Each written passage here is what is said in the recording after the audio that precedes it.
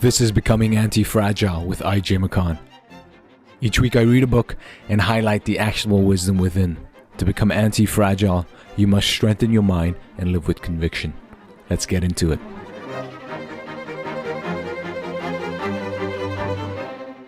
It was a toolkit that I developed over the course of 60 years and followed successfully on my journey through the previous 3 acts of my life.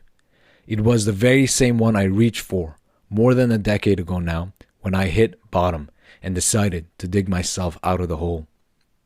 This toolkit is not revolutionary. If anything, it's timeless. These tools have always worked. They will always work.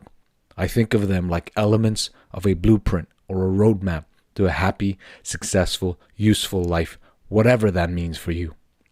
They involve knowing where you want to go and how you're going to get there, as well as having the willingness to do the work and the ability to communicate to the people you care about that the journey you want to bring them on is worth the effort. They include the capacity to shift gears when the journey hits a roadblock, and the ability to keep an open mind and learn from your surroundings to find a new way through. And most important of all, once you get where you're trying to go, they demand that you acknowledge all the help you had along the way and that you give back accordingly. This book is called Be Useful because that is the best piece of advice my father gave me. It is stuck in my brain and never left. And my hope is that the advice I'm offering you in the pages to follow will do the same thing. Being useful was also the motivating force behind all of my decisions and the organizing force around the tools I use to make them. Being a bodybuilding champion, being a millionaire leading man, being a public servant, those were my goals, but they were not what motivated me. For a number of years, my father didn't agree with my version of what it means to be useful, and I might not agree with your version when it comes down to it. But that is not the purpose of good advice. It's not to tell you what to build. It's to show you how to build and why it matters. My father passed away at the same age when I brought my world crashing down on me. I never had the chance to ask him what I should do, but I have a good idea of what he would tell me. Be useful, Arnold. I wrote this book to honor those words and pay forward his advice. I wrote it in appreciation for the years I've had that he didn't, which I've used to make amends, to climb back from the bottom, and to build the 4th act of my life. I wrote this book because I believe that anyone can benefit from the tools I've used through every phase of my life, and that all of us need a reliable roadmap for the kind of life we've always wanted to live. Most of all, I wrote it because somebody needs to be useful. This is an excerpt from Be Useful by Arnold Schwarzenegger. I got this book for Christmas from my wife, amongst many other books. Initially, this was not the episode I was going to do for this week. It was a separate book. But I started reading this book and I couldn't put it down, so I just read through the whole thing. And by the end of it, I decided that this was the book I was going to do for this week. Partially because when I release this episode on December 31st, it's going to be the last day of 2023. And for many of us, the last day of the year is the time we reflect on the past year that's gone by. Like, what have we done that we think we should continue to do? What are some habits? What are some characteristics that we want to change to better ourselves? And when you're doing this, it's very important to have a future vision of what you want the next year, the next 3 years, the next 5, 10 years to look like. Because having that vision allows you to have a sense of direction. It allows you to not be a ship sailing in the water with no direction, looking for land when you don't even know that you're looking for land. This book, Be Useful, is filled with practical advice and something that I think everybody should grab a hold of. Once we go through this episode, I think you'll want to buy this book. The reason I enjoy this book is not because it's deeply philosophical. It's not because it's amazing what he's saying, but it's just the way that Arnold, when he's talking and when he's giving the advice, is down to earth. It's quite grounded. It's as if he's talking to you. And I think one of the best ways that you can get your message across is to speak in a way that makes sense to those that you're trying to get to. A great message can lose its meaning if the language that you're using doesn't resonate with people. And this book is a helpful introduction to you if you are, wanting to get something more practical out of books, right? If you're sort of sick and tired of reading all these theoretical books that tell you, hey, you should be disciplined, but don't really explain why you should be disciplined and how that's practical.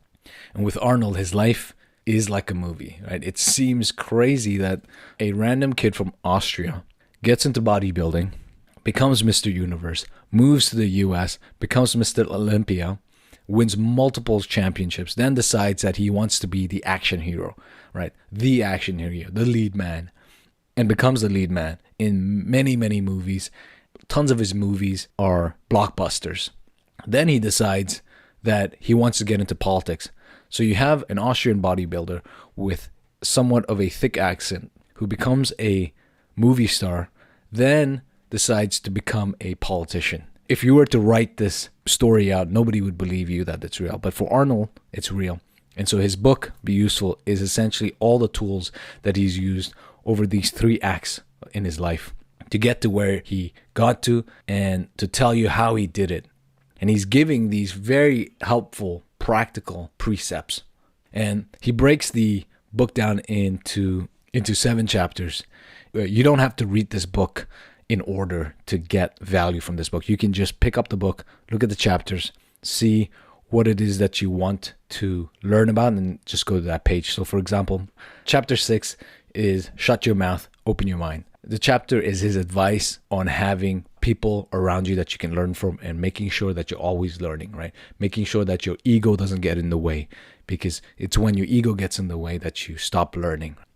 So there's a great documentary called Arnold, which just came out sometime this year, I believe. It's his 3 acts. So it's his bodybuilding, how he became a bodybuilding champion, how he became a movie star, and how he became a politician, the governor of California specifically. And it's broken down into those 3 parts. I would highly recommend watching that.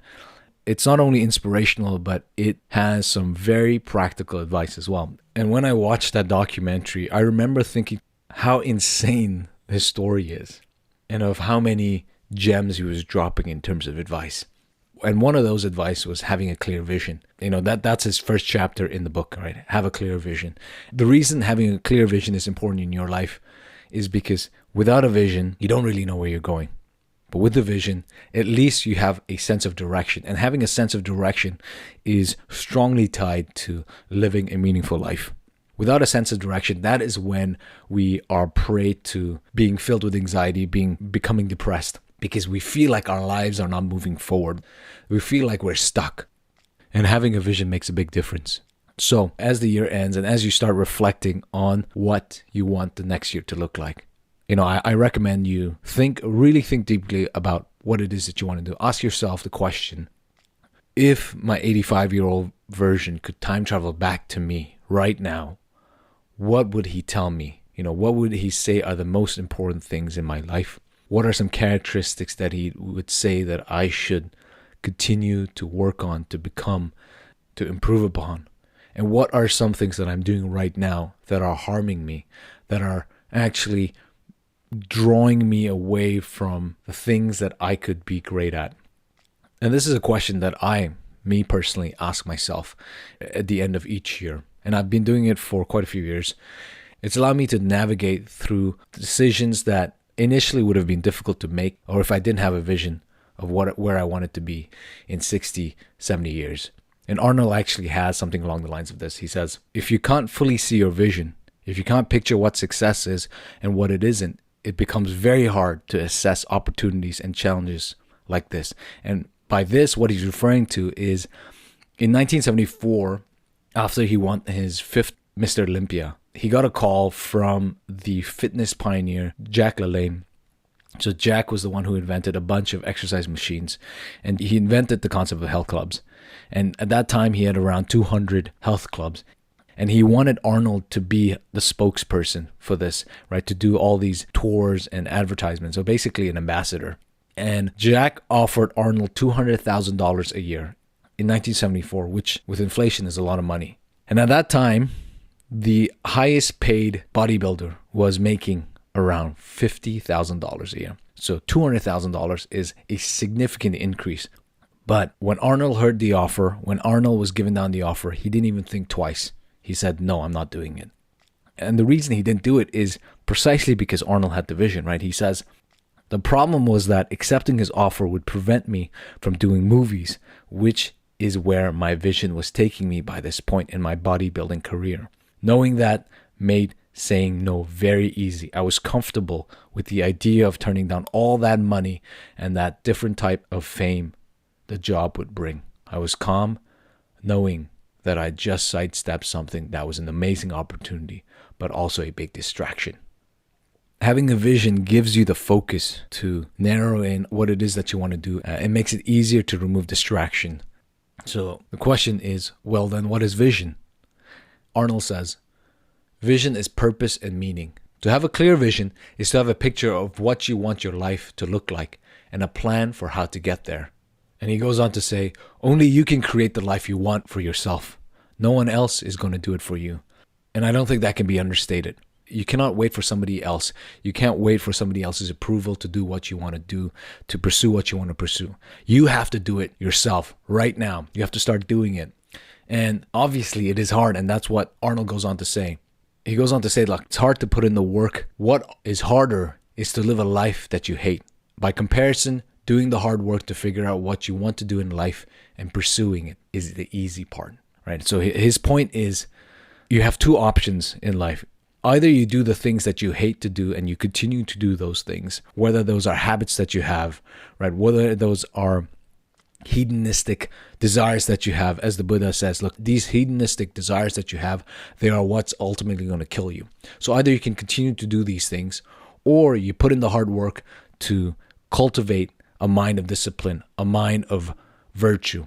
And the point that Arnold is making here is, it is hard to pursue a life of discipline, but by comparison, doing this hard work is much easier because you are doing the things that are eventually going to pay off. Pay off insofar as you become more disciplined. You achieve the goals and the dreams that you have. Versus if you continue to go down this path that you hate and a path that you don't even want to begin with, then you'll be stuck doing things that are not fulfilling to you, that are not meaningful to you. And that life is going to be much, much harder. So put in the work. And Arnold says, the more harsh condition you put a sword through during its creation, heating, pounding, cooling, grinding over and over and over again, the stronger, the sharper, the more resilient it becomes.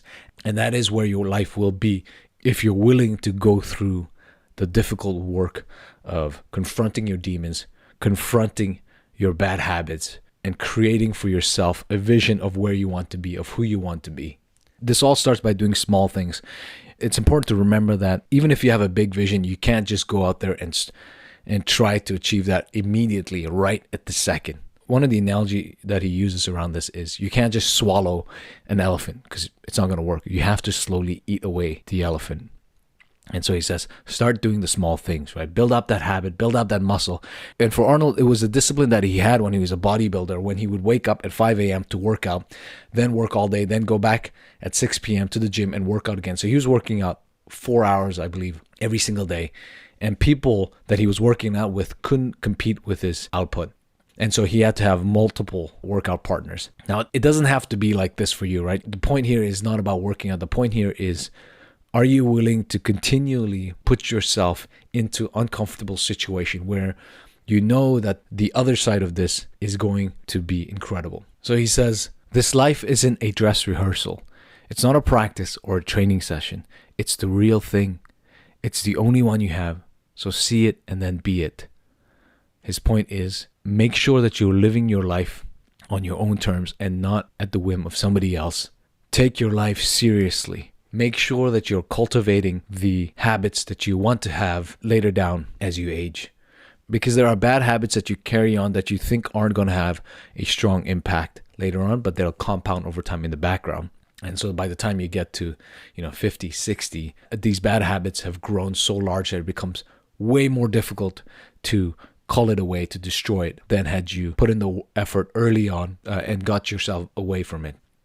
The other important thing about having a vision is is very similar to what Maxwell Maltz said in Psychocybernetics. It's the episode that we did, episode 006.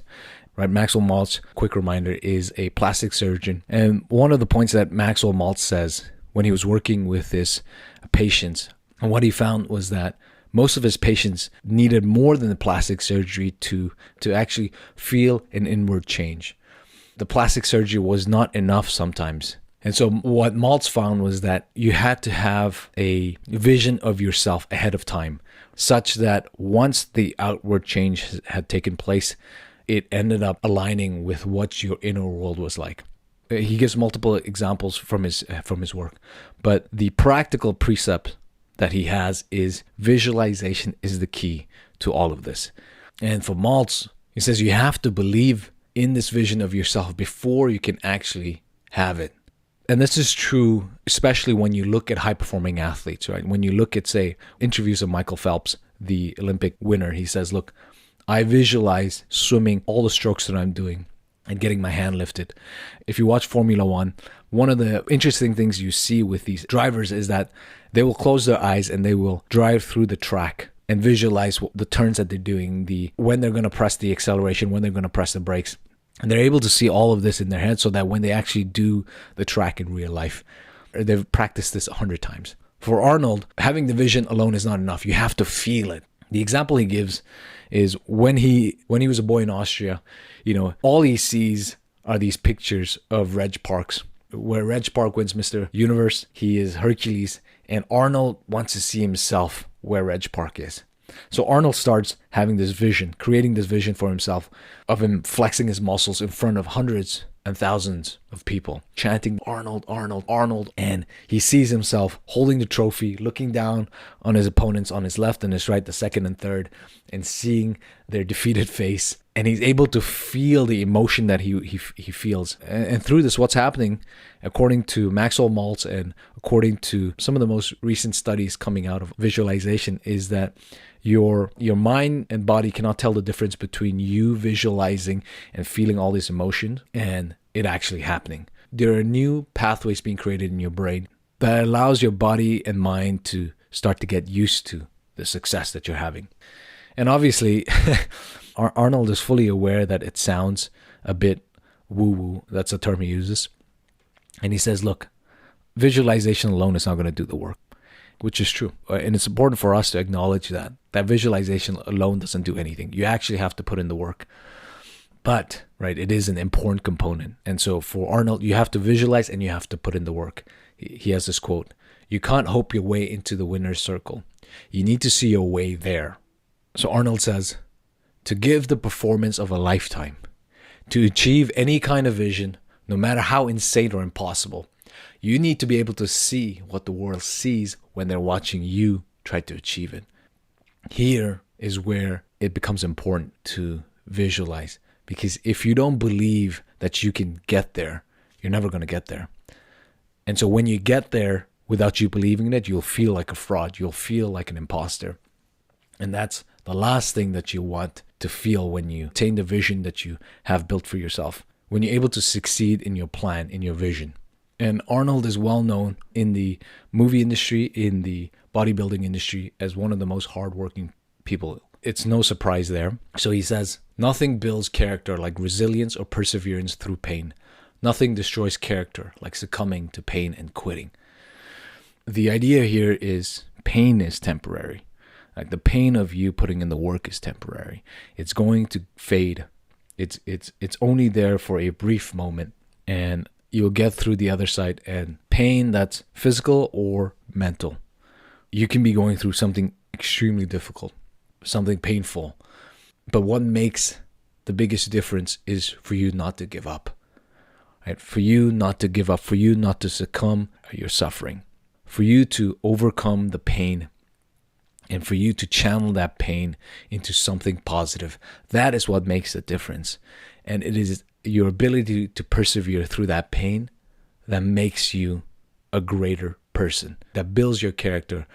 And the important thing is to acknowledge the pain, right? To feel the pain, to not hide from the pain, to not try to brush it away, but to really feel the pain, because it is in your ability to feel the pain, it is in your ability to absorb the pain that builds the resilience. It's not, people will often mistake that pain and suffering is bad. It should not happen at all, right? The very common and famous retort for why God doesn't exist, for example, is that there's pain and suffering in the world, right? Why do good people suffer? Why do good men and women suffer? Why do they have to go through difficult times if they're good?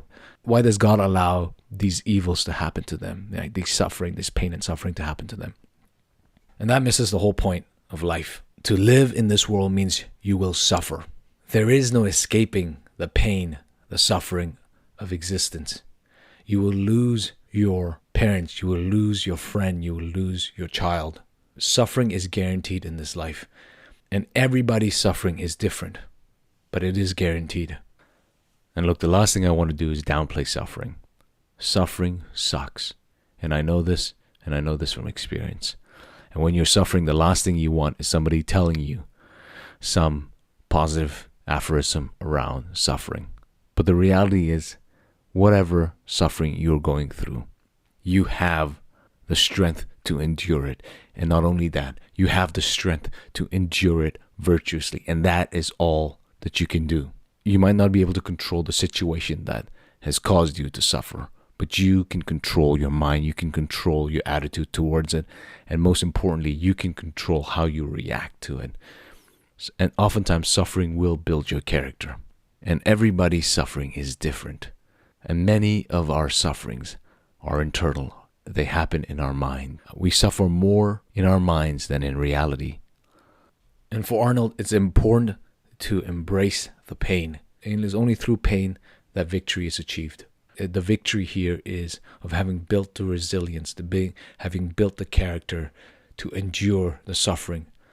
Your ability to endure suffering speaks volume to who you are. And one of the things that Arnold brings up is this idea of Amor, fati, which means love your fate. And when we did Epictetus last episode, Epictetus says, do not seek for things to happen the way you want them to happen. Rather, wish that what happens the way it happens. Then you will be happy.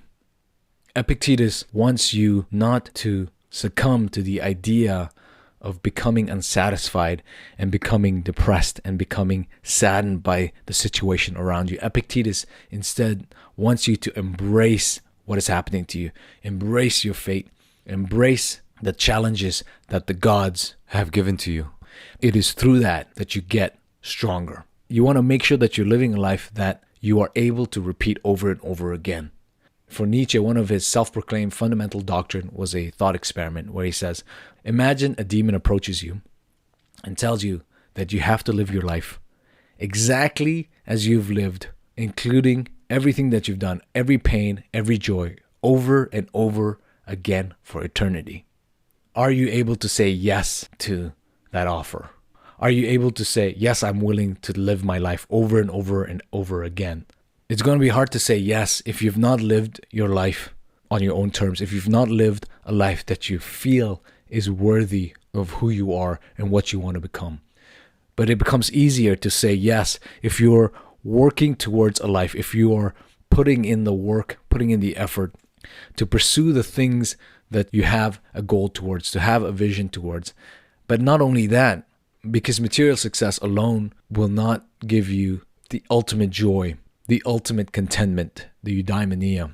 What will give you the ultimate eudaimonia? One of the most important message for Arnold in regards to Nietzsche's demon is, do you have the characteristics? Have you cultivated the right characteristics? The strong characteristics, the virtues, to be able to relive this life over and over again. Because if you have, every single repeat of this life is going to be towards cultivating the right, the good, proper virtues. You're going to be working towards a life of harmony. That is the message from Aristotle. That is a message from Confucius. That is a message from the Buddha. It's a life of moderation. It's a life of harmony. And like we went over in the last episode, it's a life A life of virtue is a life of harmony between the extremes, right? And so Arnold says, if you have a vision, make sure it's big enough. Make sure it's huge. Don't have a small vision, because if you have a small vision, you might attain those things. And if you attain those things, you might be dissatisfied. So you might as well dream big. There's a German phrase that Arnold uses called Wenn, schon, denn, schon. Hopefully my grade 9 German comes through here. And what it means is, if you're going to do something, you do it. Go all out, go all in. To use Arnold's terminology, don't half-ass your way through this, right? If you're going to do something, if you're going to dream, if you're going to have this vision, make sure, one, it's large and it's big, but also you're going to pursue it wholeheartedly. This reminds me of when the Apostle John talks about lukewarm people. He says, you're neither hot, you're neither cold, you're lukewarm. And lukewarm is no good. And similarly here, obviously different context, but the idea here is the same, right? You have to go all in, or all out. You can't sit in the middle, you can't sit on the fence. So he gives the example of his friend James Cameron. James Cameron and Arnold did Terminator together. So James Cameron, when he was filming the Titanic, James is known as one of the craziest guys in Hollywood, because when he makes a movie, he goes all in, right? There's no half-assing his way. When he decided that he was going to film Titanic, he wanted to make sure that everything about that movie was as accurate as possible. James Cameron built a replica inside of a 40 million water tank, a replica of the Titanic, right? It was around 700 feet. And inside of this ship, inside of the Titanic replica, there were, different sets in different rooms, and, different rooms did different things. They rotated, they dropped, they moved, and it was crazy. And tons of people thought it was crazy. But James didn't cut any corners, right? For him, the accuracy was important, and it was important that the viewers were fully taken and drawn into the movie. Funny and small important details for James was making sure that all the dishes in the movie was stamped with the White Star line, which was, I guess, the catering company there. He also went the extra mile and gave character stories to all the movie extras, right? All those people you see in the movie that are in the background when the camera is following the main character. James went and gave background stories to all of these guys. And what ended up happening is the movie opens in 1997, December 1997. In the opening week, it crossed $1 million. Then by the end of its theatrical release, Titanic had become the largest blockbuster movie, right? It had earned over $1.8 billion. And so Arnold says, what I'm saying is, if you're going to do it, do it. Not because going all in might be the thing that guarantees your success, but because not going all in will absolutely guarantee that you will fall short. And the obvious part of all of this is, if you dream big, there is the possibility of you not achieving those dreams. And for Arnold, it's having this big vision, that allows you to prove to yourself who you really are, what you are made of.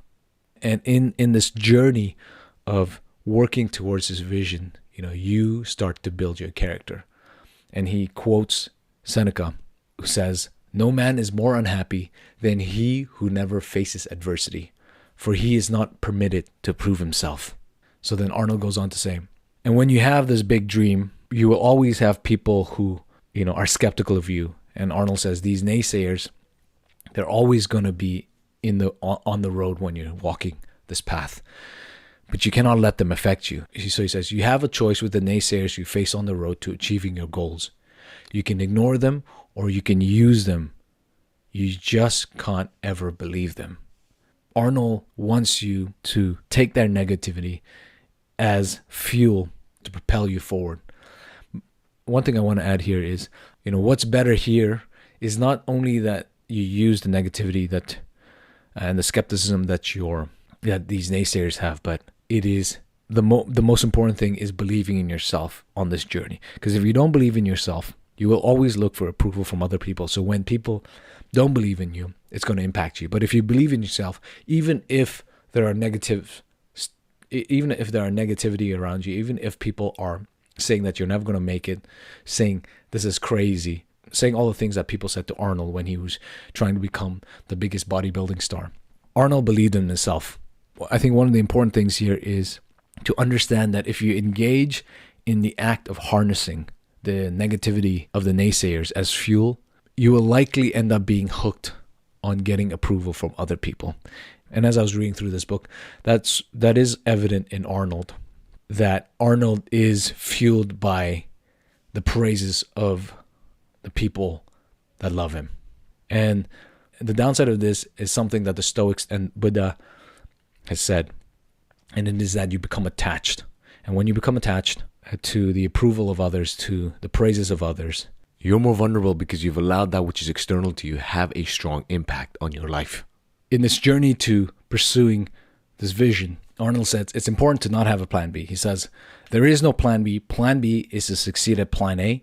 And he goes on to say, fuck plan B. The second you create a backup plan, not only are you going to give a voice to all the naysayers, but you are shrinking your own dream by acknowledging the validity of their doubts. Worse, you become your own naysayer. There are enough of them out there already. You don't need to add to their ranks. Right? Once you understand that it is all within you, right, that you have the strength to dream and to achieve, you allow yourself to become unstoppable.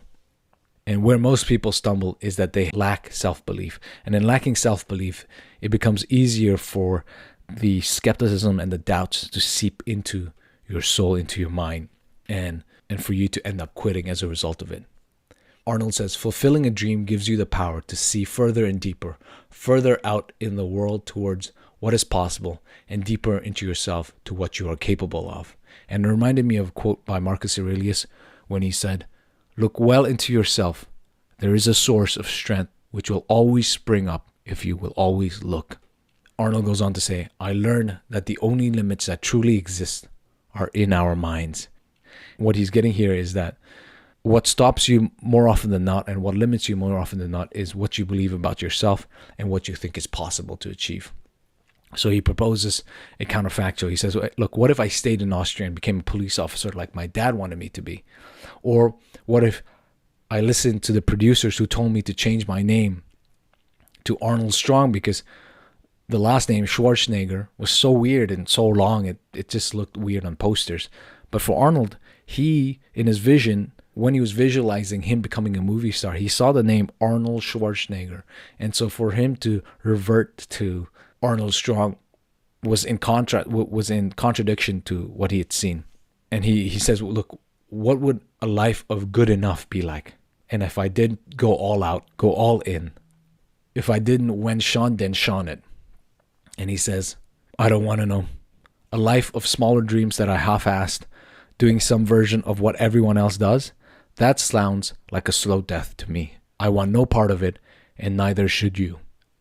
So then once you've had this vision, the important thing is to, like we've talked about, to work at these things, right? To make sure that you are putting in the work, to make sure you are continually pursuing it.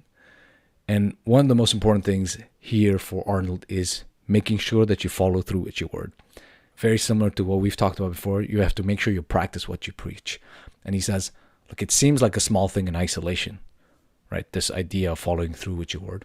But a lack of follow through at any moment can cause you to lose a match or lose potential gains, just like it can cause you to lose out in life.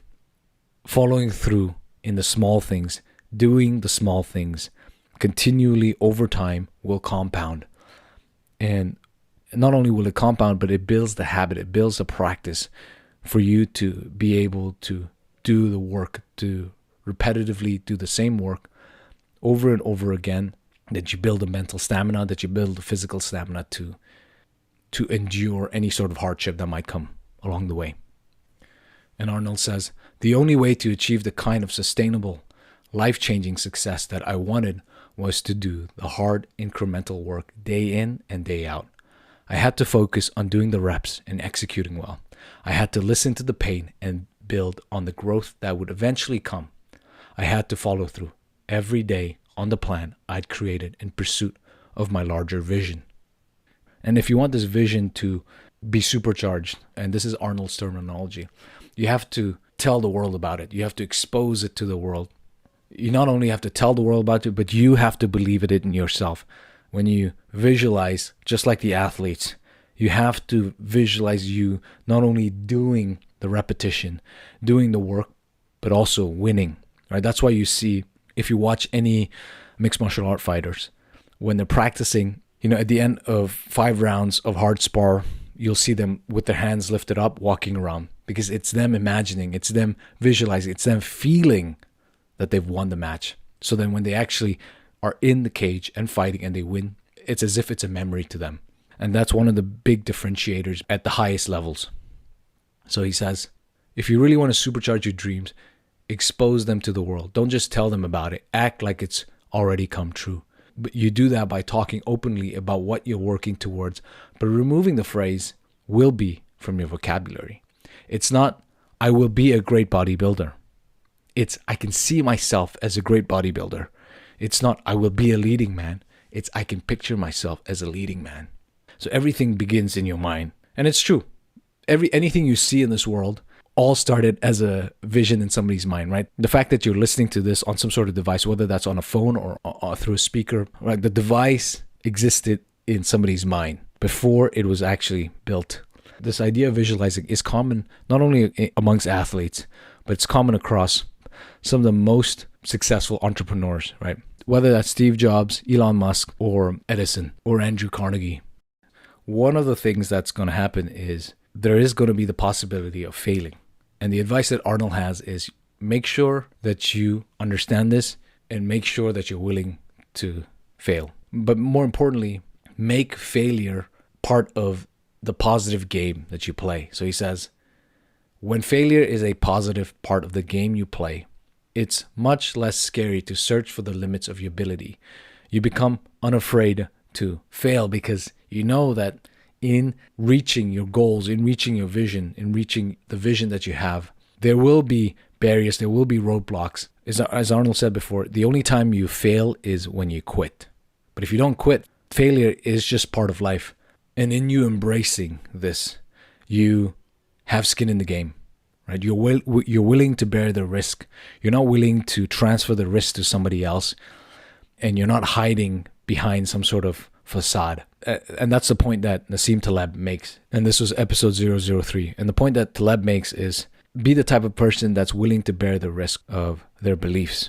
Don't become a Bob Rubin where you trade the lives of millions and millions of people by betting and by gambling away their life savings in these crappy mortgages. And then when the whole thing crumbles, as it did in 2008, Bob Rubin had made out with over $100 million. And when he was investigated, he said, look, it was just a black swan event. When in reality, it really wasn't. He knew full well that this was very risky. Not only was it risky, that it was likely to happen. So he took all the upside, but when the whole thing came crashing down, he refused to take responsibility.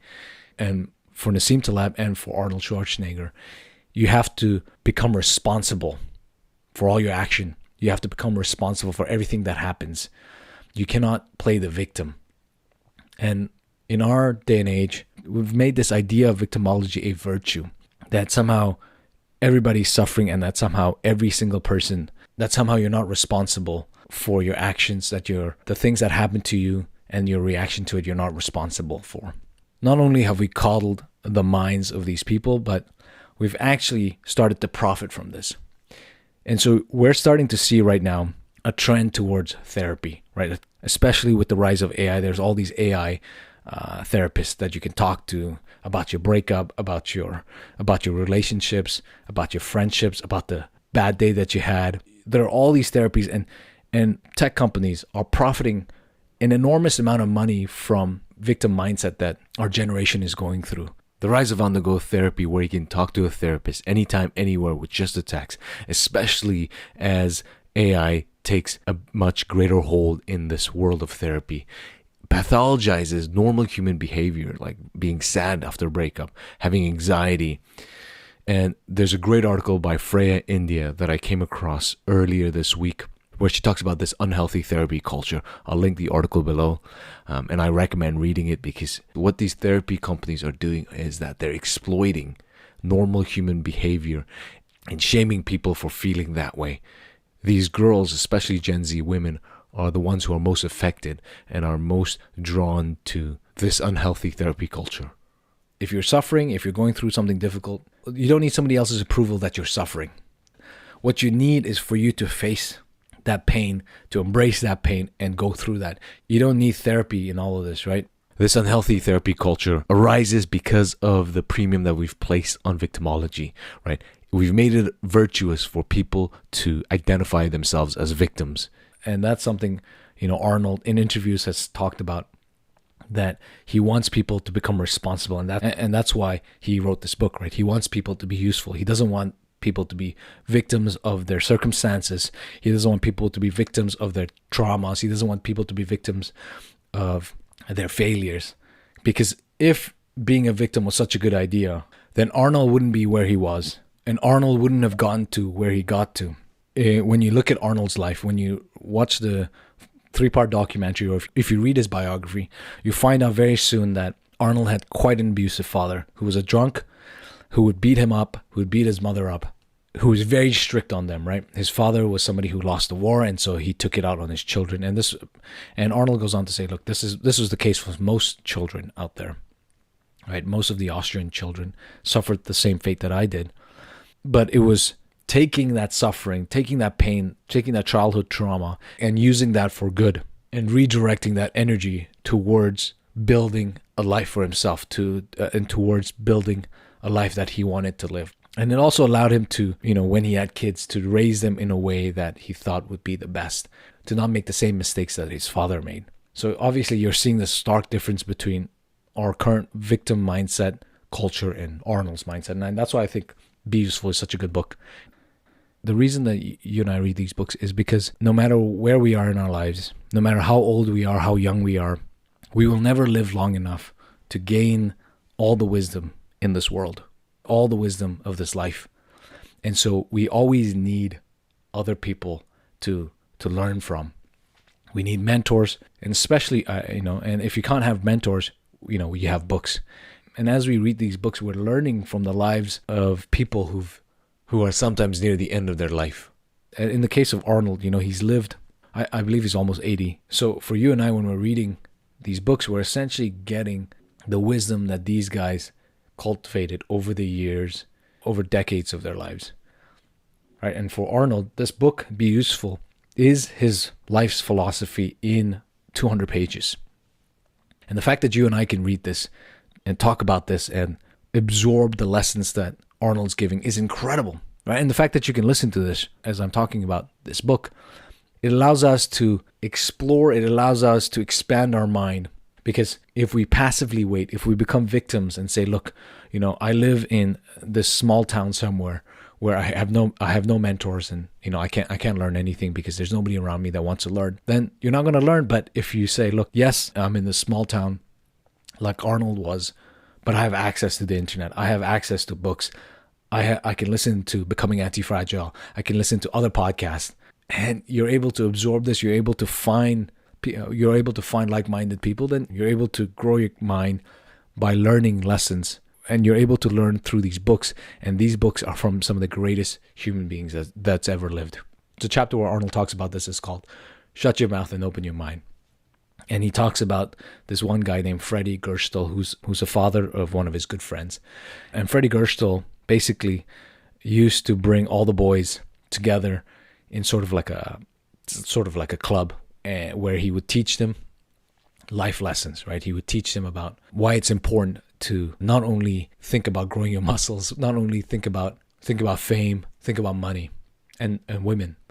It was important that Arnold and the boys focus on growing their mind and making sure that their mind is always active. So Arnold says, if we wanted to be successful in anything we chose to do at any point in our lives, young or old, and if we wanted to maximize our potential and our opportunities, then we needed to have a good head on our shoulder and an active mind. And this is the lesson from Freddie Gerstel.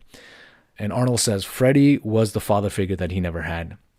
And Freddie was monumental because Freddie believed in Arnold when nobody else seemed to have believed in himself. And that gave Arnold a step up because he said, look, there's this guy who's much wiser than me, who believes in me, and who's also teaching me all these life lessons. And he gives another example where when he's looking to play, when he's talking to Jim Cameron for the movie Terminator, initially Arnold was to play Kyle Reese. But as he was reading the script, he had all these ideas about the Terminator, the robot.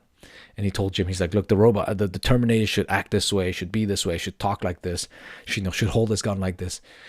And as he talked to Jim Cameron listened, and Jim Cameron said, look, Arnold, I think you should play Terminator. And at first Arnold was like, no, this is ridiculous.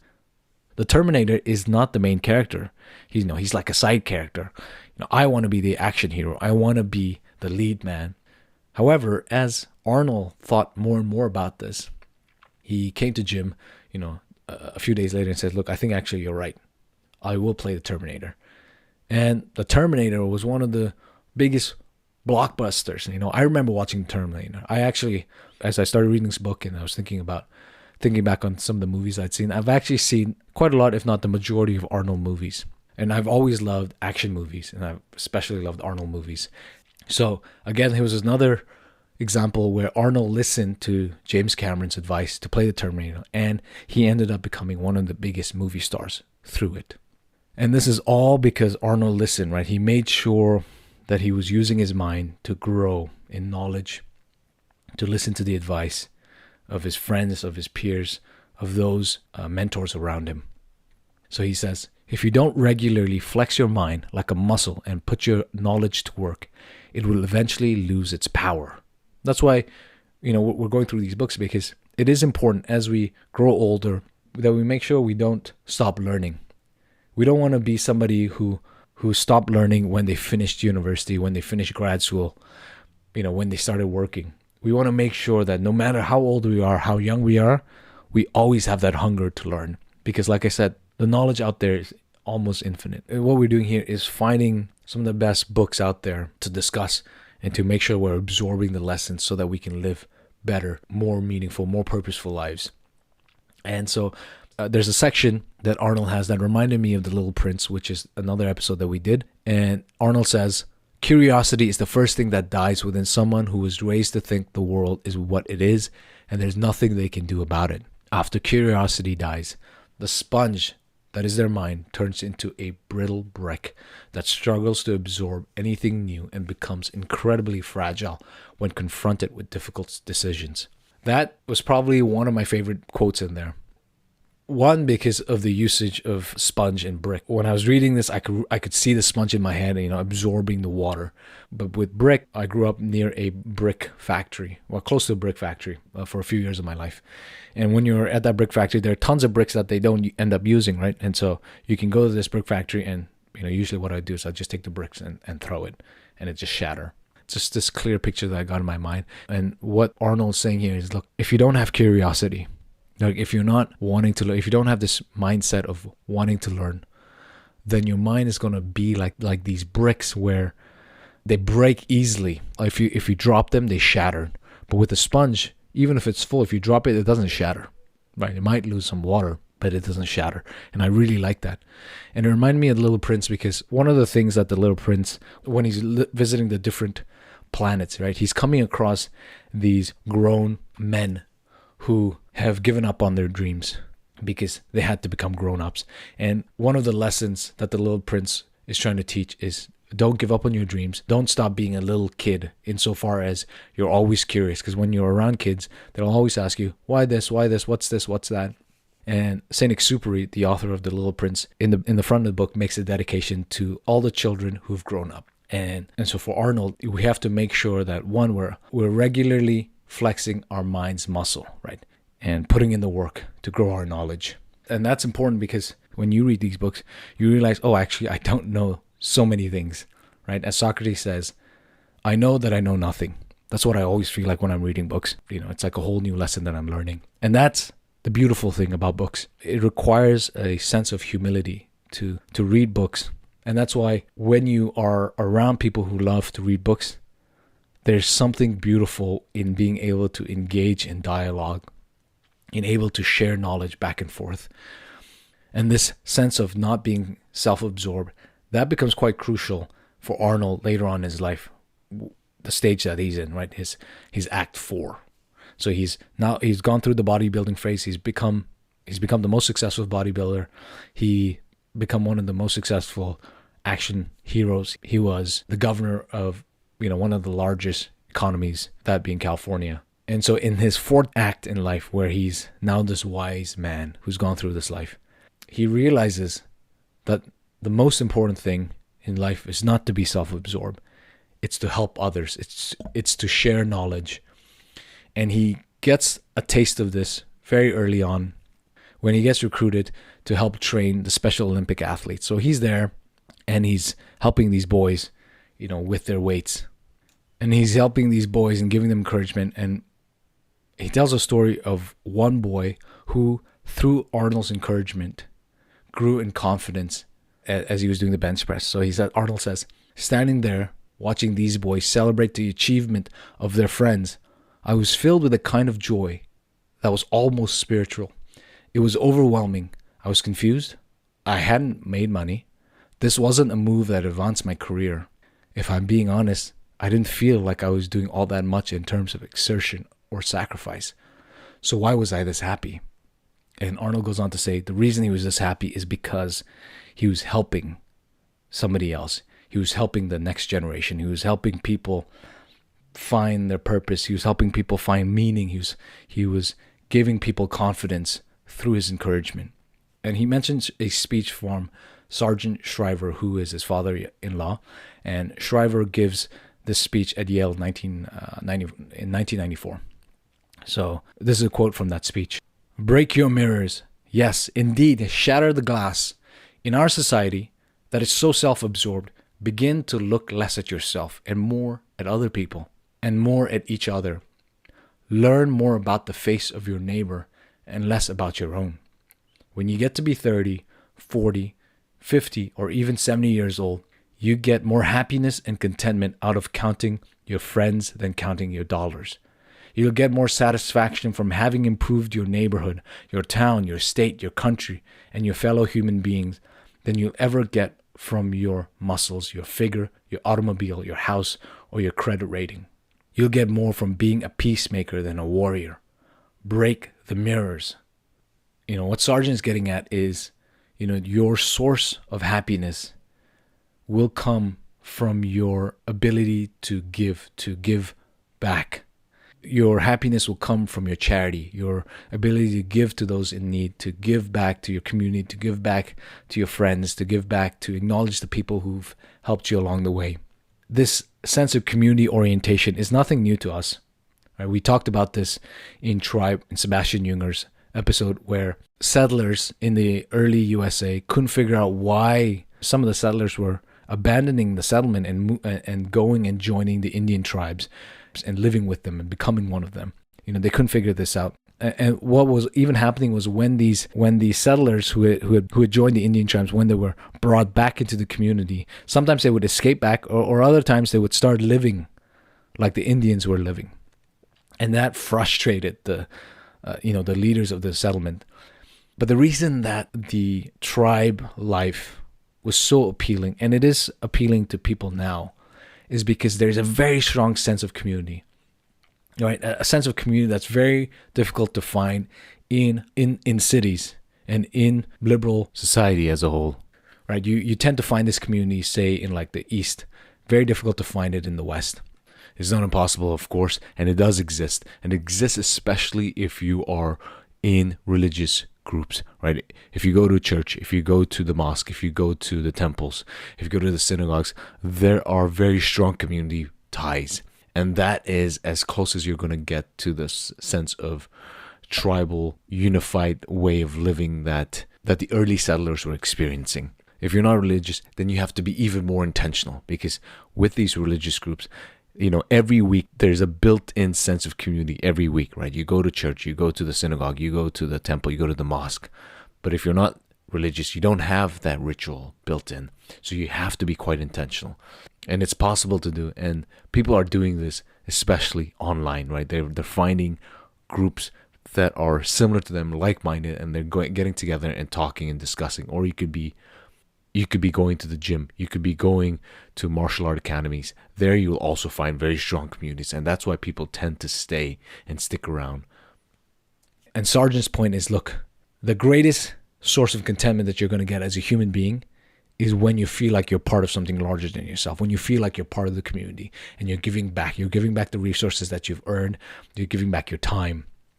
And that is very, very true, right? This is why it's important for us to cultivate these strong communities, to have very strong friends, to have people that you can trust, that people confide in, and to have a sense of purpose that's larger than yourself. And one of the things that Arnold says is, helping others is not just a greater source of happiness. It actually makes those things you want for yourself more meaningful and more precious. The meaning that we want, the meaning that you're looking for, the purpose that you're looking for, you're going to find it in your ability to help other people because you love, in how much you love others.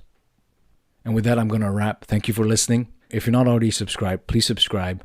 Give Becoming Antifragile a rating on Apple Podcasts, Spotify, or wherever you're listening to it. And if there's somebody that you think will find this episode helpful, share it with them. And most importantly, thank you for listening. And finally, Happy New Year. And remember, when schon, then schon.